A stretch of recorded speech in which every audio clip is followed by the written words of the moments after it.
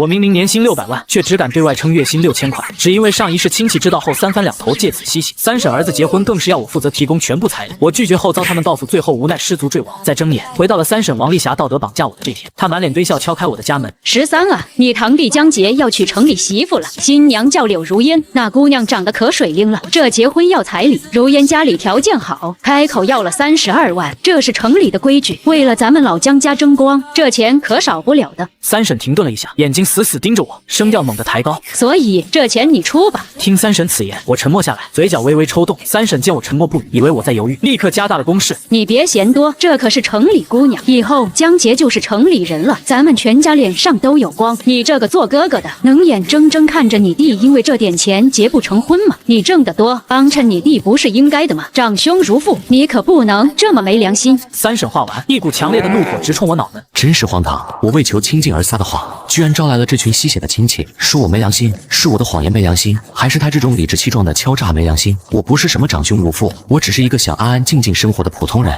随后我强忍怒火，让自己的声音保持平稳，但语速却变得极慢。挣得多没良心，三婶，你知道吗？我月薪6000块，32万，那是我5年不吃不喝才能攒下的钱。况且这件事江杰知道吗？他怎么说？三婶的笑容彻底消失，取而代之的是恼怒。江杰，他当然知道，他不知道我来干什么。这城里姑娘金贵着呢，没钱能娶到手吗？咱们老江家可不能在亲家面前丢这个脸。我刚要开口，门铃突然响了，门口站着的正是江杰。江杰看到我，脸色先慌乱了一下，随后很快又变得傲慢起来，径直走到三婶身边。妈，那彩礼钱怎么样了？江杰的声音带着不耐烦，目光扫过我，充满了审视和贪婪。三婶立马来了精神，拉着江杰的手。你哥正问你呢，我说你结婚，他得出彩礼，他还不信。江杰立刻接上话，对着我，语气里带着一丝施舍般的教导：哥，不是我说你，如烟家里已经很开明了，只要32万彩礼，再加一套市中心房子的首付，比起她那些闺蜜动不动就要50万、100万的，已经很良心了，你应该感到庆幸才对。我差点被他这番无耻的言论气得笑出声。所以首付又是多少？江杰的眼神闪烁了一下，首付不多，也就70、80万。好一个不多，加起来就是100多万。见我不说话，王丽霞又开始了她的表演。她开始一把鼻涕一把泪的细数我这些年的不容易，说我从小没了父亲，她和我三叔是怎么疼爱我，如何把我当亲生儿子看待的。我只记得小时候家里但凡有点好吃的，都进了江杰的肚子，新衣服永远是江杰的。现在他却把这些粉饰成对我的恩情，要求我回报他。13啊，你可不能忘本啊！你现在出息了，年薪60万，住这么好的房子，开那么好的车，可你弟呢？他还一事无成啊！你这个做哥哥的，能不拉他一把吗？这是天经地义的事。我心底冷笑一声，眼神愈发深沉。这已经不是简单的误解，这是他们基于贪婪的想象，给我强行安上的一个身份，一个必须为他们全家未来买单的身份。而我一旦承认了这个身份，就等于默认了他们无休止吸血的合理性。我不能再沉默了。随后我转向江杰，目光平静地看着他那张嬉皮笑脸的表情。江杰，你今年28岁，是一个成年人了，你自己的工作收入尚且不足以支撑你想要的婚姻和生活，为什么要理直气壮地把这份重担压在一个所谓亲戚的身上？你的未来难道不该靠自己的双手去创造吗？江杰的脸瞬间涨得通红，三婶更是直接跳了起来，指着我的鼻子破口大骂：江13，你这是说的什么话？什么叫压在你身上？你是他哥，你帮他是应该的。你是不是看我们家江杰要娶城里媳妇，你嫉妒了？你不想他好？你这个没人性的东西，冷血动物，为了点钱，连亲情都不顾了。你要是敢不给这钱，你就是想破坏江杰一辈子的幸福。我告诉你，他要是结不成婚，我就死给你看。随后三婶开始撒泼，一屁股坐在地上，拍着大腿嚎啕大哭，那哭声尖利刺耳，充满了算计和威胁。你一个没人要的野种，是见不得别人好。我儿子有本事娶城里媳妇，你眼红了是不是？我告诉你，这钱你今天必须拿出来，否则我就去你公司闹，让你在全公司面前丢脸，让所有人都看看你是个什么样不孝不义的白眼狼。客厅里只剩下他一个人的哭嚎和咒骂。江杰站在一旁，非但没有劝阻，反而用一种怨毒的眼神看着我。在三婶和江杰愈发恶毒的咒骂和威胁声中，我脸上的表情反而一点点松弛下来。随后我深吸一口气，像是做出了一个极其艰难的决定，声音带着一丝不易察觉的颤抖。别哭了，三婶。三婶抬起头，泪痕未干的脸上闪过一丝得意的金光，但随即又换上一副悲戚的表情。江杰也立刻收起了怨毒，眼神重新变得充满期待。好吧，三婶，江杰，这钱我可以出，但丑话我们必须说在前面。听到我松口，三婶立刻从地上爬了起来，脸上瞬间笑开了花。我就知道13你最懂事了，什么丑话不丑话的，一家人不说两家话。我没有理会他的热情，冰冷的第一，钱可以给，但不是给世界，我们必须签一份正规的借贷合同，白纸黑字写清楚，这32万是无息借款，但是必须有明确的还款日期，1年为期，到期必须归还。王丽霞和江杰脸上的笑容僵住了。借13，你这就见外了。三审，我年薪60万是你们说的，但我自己对外只收6000块，这32万是我工作这么多年攒下的全部积蓄，甚至我还得动用我父母留给我的一些钱，这不是一笔小数目，就算亲兄弟都要明算账，签个合同，对你、对我、对江杰都是一个保障，免得到时候说不清楚。我的话半真半假，听起来合情合理。王丽霞眼神闪烁，显然在权衡利弊。妈，签就签，哥还能真跟我要钱不成？就是走个形式。行，不就是签个字吗？我们认。既然你们同意了，我还有2个条件，这笔钱是我倾尽所有，甚至动用了父母的老本才凑出来的，那这笔恩情就不能这么不明不白。我要求在你们订婚或者结婚的宴席上，当着所有亲戚朋友的面，江杰和柳如烟必须公开对我表示感谢，并且承诺未来一定会努力工作，回报我这个哥哥的恩情。没问题，当然没问题，这是应该的，我们就得让所有人都知道我们家13多有出息，多疼弟弟。很好，鱼儿已经开始咬钩了，现在是时候抛出最关键的第3个条件了。我故意停顿了下，认真看着江杰。第3，为了确保柳如烟是真心嫁给你，而不是看上我这笔巨款彩礼，也为了保护你江杰的个人利益，我要求柳如烟必须在婚前签署一份婚前财产协议。协议内容很简单，就一条，这32万彩礼属于你江杰的个人婚前财产，不计入你们的婚后共同财产。万一你们以后感情不和，这笔钱也跟他没有任何关系。我的话音刚落，江杰的脸色就变了。这不好吧？如烟他会怎么想？我立刻换上一副语重心长的表情，看着江杰。江杰，你糊涂啊！我这是在为谁着想？为你啊！你3婶辛辛苦苦把你拉扯大，现在为了给你娶媳妇，到处求人，我这个做哥哥的更是掏空了家底。我们图什么？不就是图你未来能过得好吗？现在这个社会人心隔肚皮，那个柳如烟我没见过，不了解，万一他不是真心对你，就是图钱呢？有了这份协议，你不仅能试探出他的真心，更能给自己留条后路。如果他真心爱你，他就不会在乎这份协议；如果他在乎，那这样的女人你还敢娶吗？对呀，这既能拿到钱，又能拿捏住未来的儿媳妇，一举两得。13说的对，就这么办。江杰，这事你听你哥的，他不会害你。那个柳如烟要是不签，这婚咱们就不结了。我看着他们因为即将到手的巨款而兴奋不已的脸，又好心的补充了一句：3婶，江杰，为了表示我的诚意，也为了把这门婚事办得风风光光，你们婚礼筹备的事情，我也会全程参与，尤其是在花钱这方面，我帮你们把关，保证每分钱都花在刀刃上。王丽霞和江杰更是大喜过望，连连夸我想得周到。他们以为我真心帮衬，殊不知这只是我为了收集他们每一笔贪婪开销的证据而布下的天罗地网。这场好戏才刚刚开始呢。第2天，我带着我的律师朋友来到公证处，3婶和江杰也来了。律师不紧不慢地从公文包抽出一叠文件，随后摆在他们的面前。3位，这是我们草拟的借款合同，将在公证员的见证下签署，确保其法律效力。请各位仔细听我宣读主要条款。第1条，合同主体及借款金额，借款人江杰、柳如烟共同借款人，出借人江13，借款金额人民币32万元整。第2条，借款性质，本借款为无息借款，不产生任何利息。听到32万和无息借款，二人眼睛同时亮了起来，嘴角微微扬起来，随后他们互相交换了眼神，似乎开始沉浸在白拿钱的幻想中，认为不过只是走个形式。别高兴太早了，好戏还在后头呢。随后律师的语速放缓，声音变得沉稳，手指指向最后的条款，那正是我最终的目的。第3条，还款期限与违约责任，还款期限1年，自款项到账之日起计算。请注意，重点在于违约责任。他停顿了一下，确保3人都听清楚。3婶和江杰依然心不在焉，3婶甚至不耐烦地搓了搓手。违约责任，若借款人逾期未还，则自逾期之日起，需按银行同期贷款利率的4倍计算罚息，并承担出借人为实现债权所产生的一切费用，包括但不限于律师费、诉讼费、保全费、执行费等。换句话说，一旦逾期，这笔款项将以4倍的高额罚息计价，并且我们有权让借款人承担我们追索款项的所有成本。这笔借款将成为借款人终身的法律责任。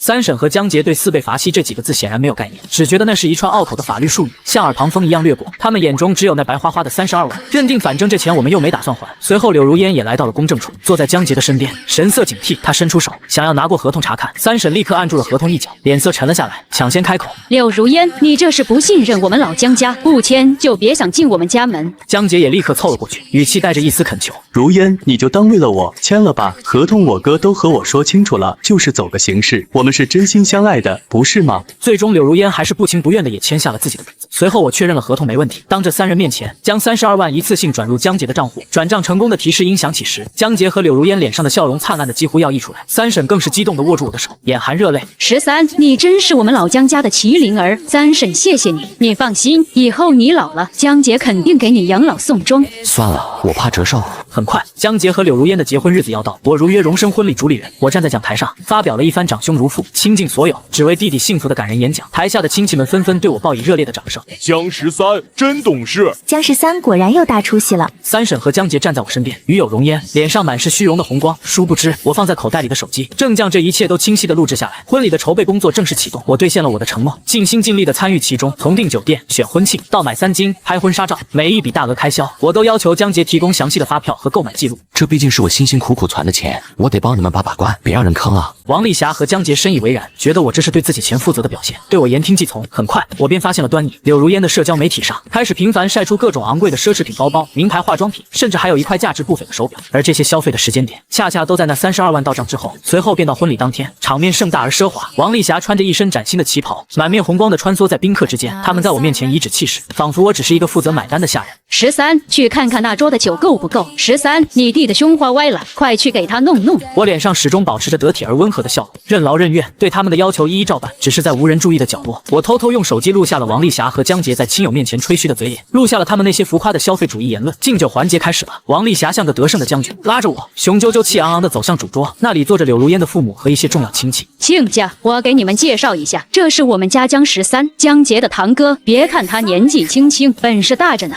现在年薪60万。这次江杰结婚可是出了大力气的。他声音洪亮，生怕别人听不见。柳如烟的父母立刻露出了然的笑容，眼神在我身上上下审视。柳如烟父亲随后端起酒杯，皮笑肉不笑地说：“哎呀，原来江杰家还有这么有出息的亲家，真是深藏不露。我们如烟嫁过来，算是享福了。”是啊，有这么个好兄长，以后日子肯定差不了。不像我们家都是普通人，拿不出这么多钱来。话里话外都是对我这个冤大头的暗示和对江杰家境的轻蔑。我面不改色，微笑着举起酒杯，一饮而尽。随后我装作不经意地掏出手机，我解锁屏幕，打开了一份精心准备的表格，里面罗列着柳如烟用彩礼钱购买的奢侈品清单。我将其发送到家族群。做完这一切，我立刻锁上手机，若无其事地跟上了三婶的脚步。天哪，你快看，这彩礼钱怎么都拿去买名牌包了？这还没结婚呢，柳如烟就这么大手大脚，以后还得了？议论声如同病毒一般，迅速从一张桌子扩散到另一张桌子。关于新娘柳如烟败家、虚荣、拿彩礼钱满足私欲的传闻，在宾客间快速发酵。正在另一边敬酒的柳如烟，很快就听到了风声：谁在胡说八道？谁在嚼舌根子？给我站出来！场面一度陷入混乱。我适时地走了过去，脸上带着恰到好处的惊讶和无辜。我拿起自己的手机看了一眼，随即恍然大悟地喊出声：“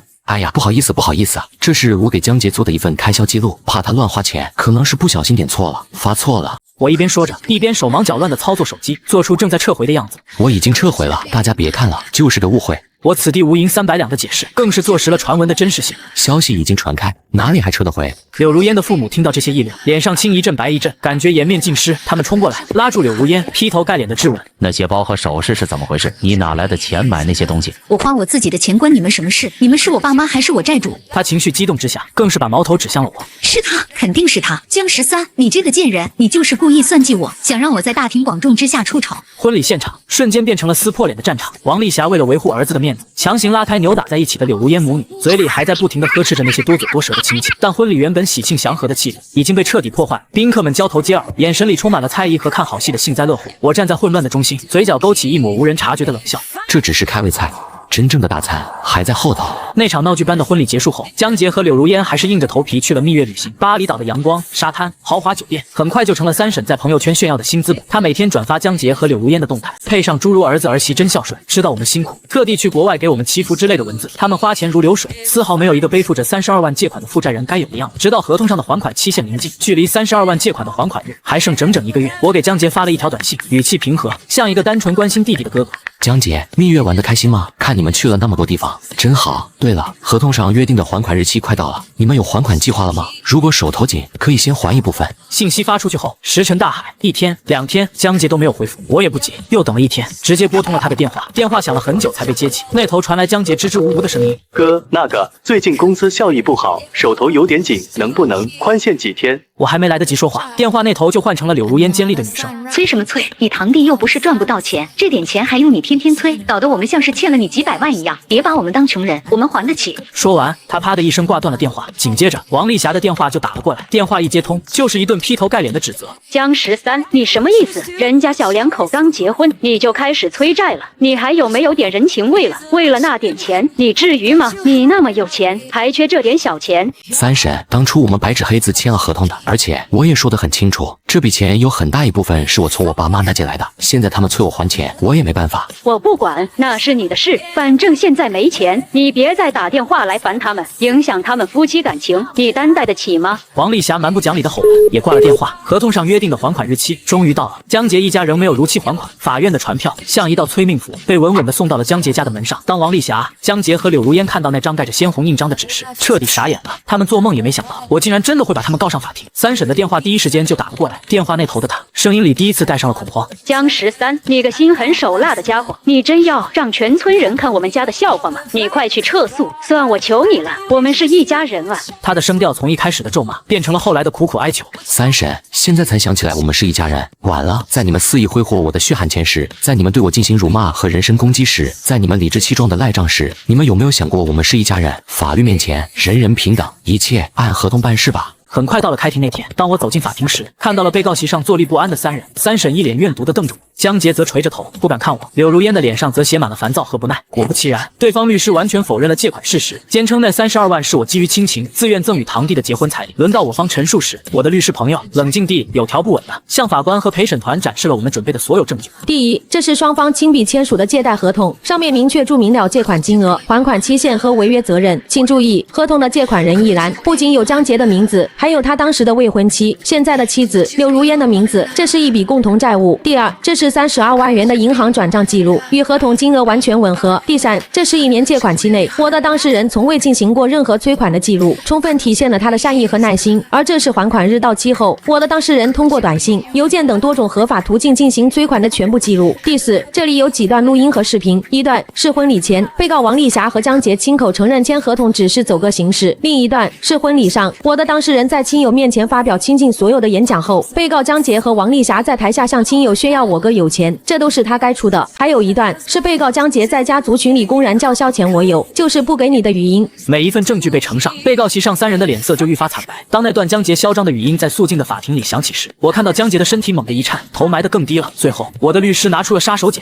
最后，法官阁下，这是一份由被告江杰与柳如烟在婚前共同签署的婚前财产协议。协议明确规定，案涉的32万元彩礼属于江杰的个人婚前财产，不计入婚后共同财产。请问，如果这笔钱是赠与，为何要签署这样一份协议来明确其财产归属？这与常理严重不符。唯一的解释是，这笔钱从一开始就不是赠与，而是借款。柳如烟突然失控尖叫了起来，猛地转头看向江杰。不可能，我不知道有这个条款，这是什么意思？是你骗我签的？你说这是为了公正走流程，为了保障我个人利益，你根本没告诉我这是要共同承担债务和4倍罚息的。江杰慌忙去捂他的嘴，却被柳如烟用力甩开。三婶更是猛地站起，情绪失控地指着柳如烟，对法官大喊：法官，我们家江杰是被骗的，这女人根本就是冲着彩礼来的，我们是被她缠上的，她不是好人。法官敲响了法锤，冷声制止了混乱。被告请保持安静。根据原告提供的借款合同、转账记录以及被告方签署的婚前财产协议的综合佐证，本庭认为原告与被告之间的民间借贷法律关系基本成立。柳如烟听到宣判，彻底绝望，她转过头，眼神中再无一丝爱意，只剩下冰冷的恨意，对江杰吼道：江杰，你不是说这只是走个形式吗？你不是说你哥年薪60万，绝不会跟你要吗？你个废物，你害我背债，这婚我离定了，你和你妈自己背着这4倍罚息去吧。江杰如同被抽空了灵魂，瘫软在被告席上。三婶扑过去摇晃他：杰儿，你倒是说句话，我们该怎么办啊？随后法官的锤声像一记重鼓，宣告了最终审判。我没有理会被告席上江杰的失魂落魄和柳如烟的尖叫怒吼，带着律师从容离开了法庭。在休庭结束的几天后，柳如烟为了快速脱身，向江杰发起了离婚诉讼，并归还用彩礼购买的奢侈品，甚至背刺了江杰，提供了江杰隐瞒资产、非法转移资金的证据。在巨大的舆论压力和夫妻反目之下，江杰根本拿不出任何还款方案。最终，江杰的房子被强制拍卖，拍卖所得在优先偿还银行贷款后，扣除了我的全部本金、高额的4倍逾期罚息和全部诉讼费用。江杰从一个有房有贷的伪中产，一夜之间沦为了一无所有，还背负着巨大社会污名的富翁。柳如烟如愿离婚，成功的将大部分债务和恶名甩给了他，而我也如愿收到了法院执行局划拨过来的最终款项。